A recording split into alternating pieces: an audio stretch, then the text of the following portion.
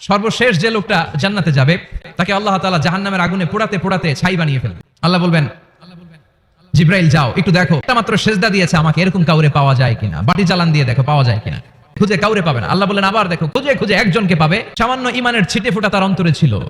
আল্লাহ বলবেন যেহেতু ছিটে ফোঁটা আছে, অনেক মাইর খাইছে, ওকে বের করে জাহান্নাম থেকে বের করে একটা নির্ধারিত দূরত্বে রেখে দাও, কিন্তু জাহান্নামের আগুনের লেলিহান শিখাতে তার গা ঝলসে যাবে। সে আল্লাহরে ডেকে বলবে, মাবুদ তোমার কাছে আমি কিছু চাই না, জাহান্নাম থেকে তুমি আমাকে বের করেছো, জীবন নদীর পানি তুমি আমার গায়ের মধ্যে ঢেলে দিয়েছো, আমি আবার সজীবতা ফিরে পেয়েছি, আমি তোমার কাছে জান্নাত চাই না, শুধু নিরাপদ একটা দূরত্বে আমাকে রেখে আসো যাতে জাহান্নামের আগুন আমারে কষ্ট দিতে না পারে। আল্লাহ বললেন ওকে।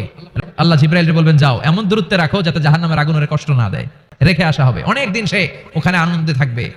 অনেকদিন থাকার পরে মনে মনে ভাববে, বাইসা তো গেছি, কিন্তু নতুন করে একটু ট্রাই করে দেখি জাহান্নামের সৌন্দর্যের দৃশ্য একটু চোখ দিয়ে অবলোকন করা যায় কিনা। সে আল্লাহরে ডেকে বলবে, আল্লাহ ইনদি সুআল, আমার একটা ফরিয়াদ আছে। কি ফরিয়াদ?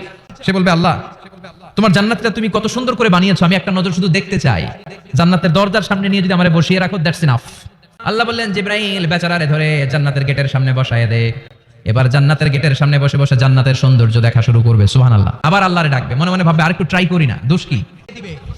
আল্লাহর দয়া হয়ে যাবে, মায়া হয়ে যাবে। আল্লাহ বলবেন ঠিক আছে জান্নাতে যা। লোকটা এবার এক দৌড়ে জান্নাতের ভিতরে ঢুকে যাবে।